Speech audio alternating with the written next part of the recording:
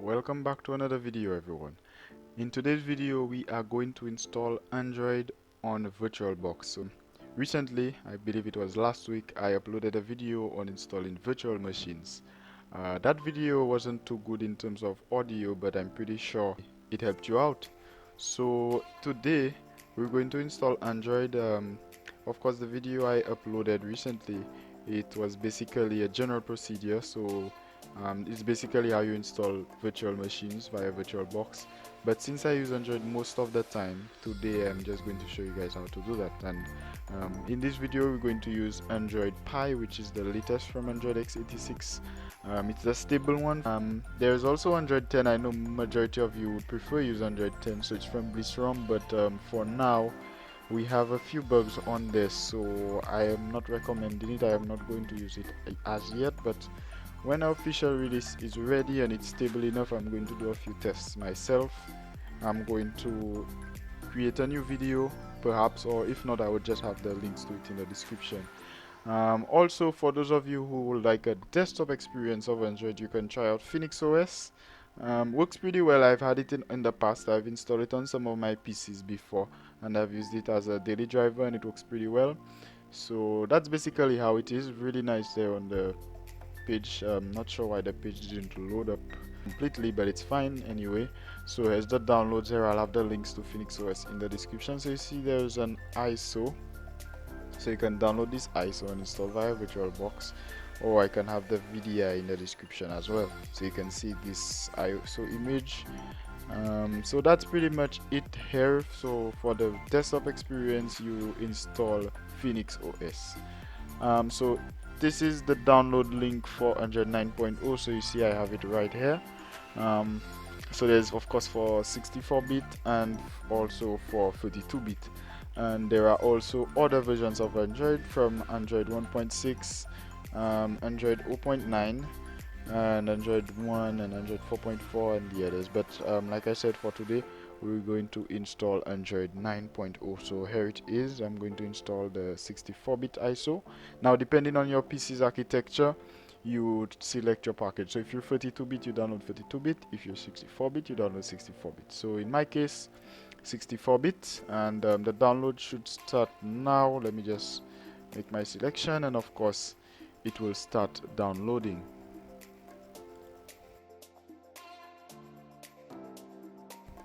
Alright, so as you can see, download complete, and now we are ready to install. So of course open up VirtualBox, and we're going to select new, and we're going to create a new virtual machine. So you're going to name it a name as of your choosing.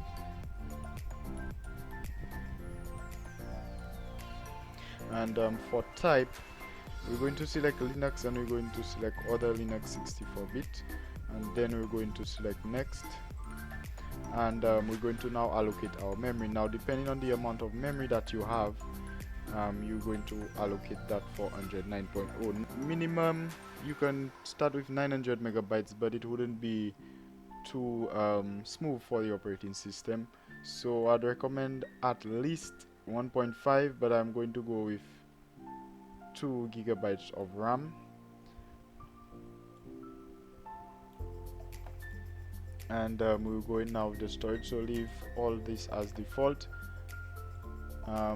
Minimum amount of storage is 8 gigabytes, but I'm going to allocate it about 12 gigabytes. So I'm going to create the virtual machine, and now you're going to select settings, and you're going to go over to display, and you're going to allocate it 128 megabytes of video memory. And now you go over to system, and you're going to go over to processor, and then you can realize that you have an option of the amount of CPUs that you'd like to allow the operating system. Now, my processor is a dual core, and of course if you enable virtualization, then you would be able to change this setting right here. But if you do not have it enabled, then you should head over to your BIOS and get it done. So I am going to allow it 2 CPUs. Now, it's recommended that if you have a dual core, you allow it only 1, but I'm going to bear the risk. Of course, you should allow 1 processor so that your operating system can make use of it. So that's done. Let's check out everything else. Of course, go over to storage and we're going to attach our ISO file for Android 9.0, which is of course located in my downloads folder. And let's see, everything here is good.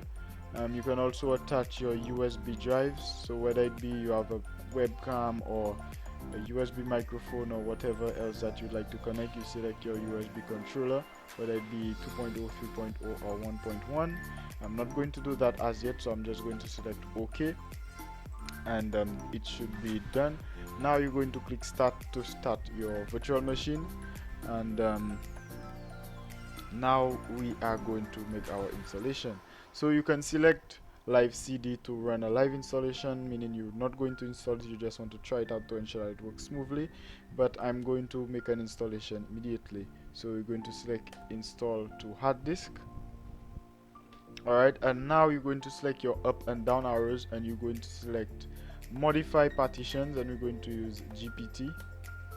And now you're going to select enter to continue, and we're going to create a new drive, and that will be, so just leave everything as default, but just press enter again, and press enter again. Now you're going to type in the name of the partition.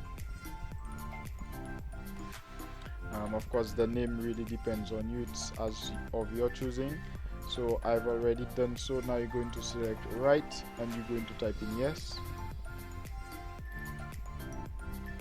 and it is done. So now you're going to select quit, and you should see your drive appear. Now you're going to press enter, and we're going to format it as ext4. Select yes, of course, to format. And now you're going to select yes to install grub bootloader, and yes here as well. And yes, we're going to mount the system directory as read write, or if you do not want it, then you can select no, but I'm going to select yes.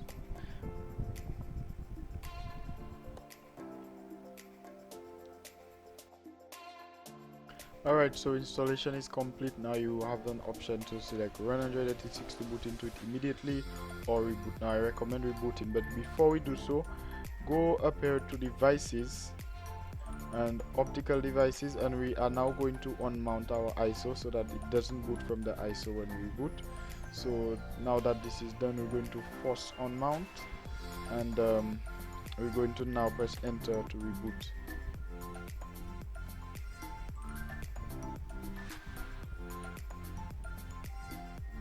Okay, so now you can see here our grub bootloader. Just press enter to boot up. Initial boot up may take a, I don't anticipate that to happen because we are running it from our PC, so it should be a speedy process.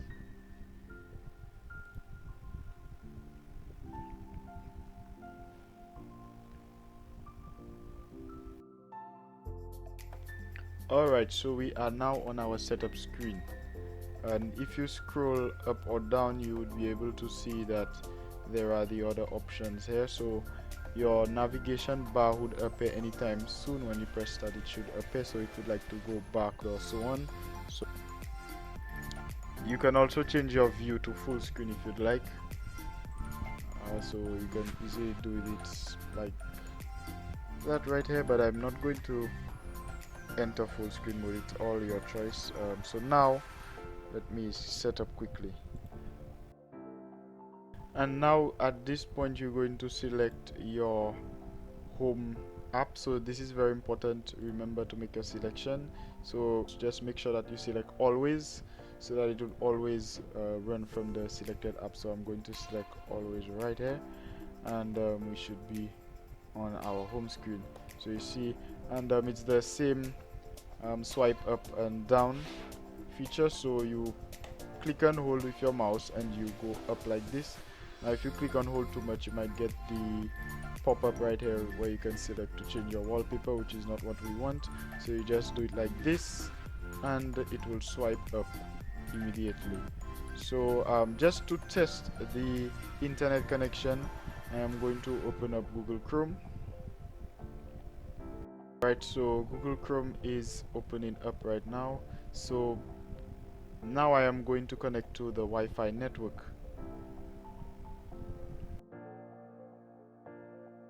It is actually the virtualized Wi-Fi connection.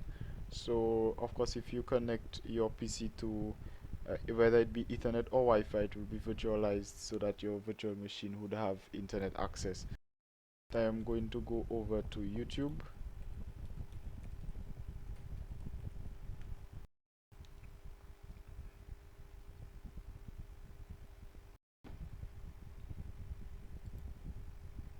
And as you can see right here, YouTube works.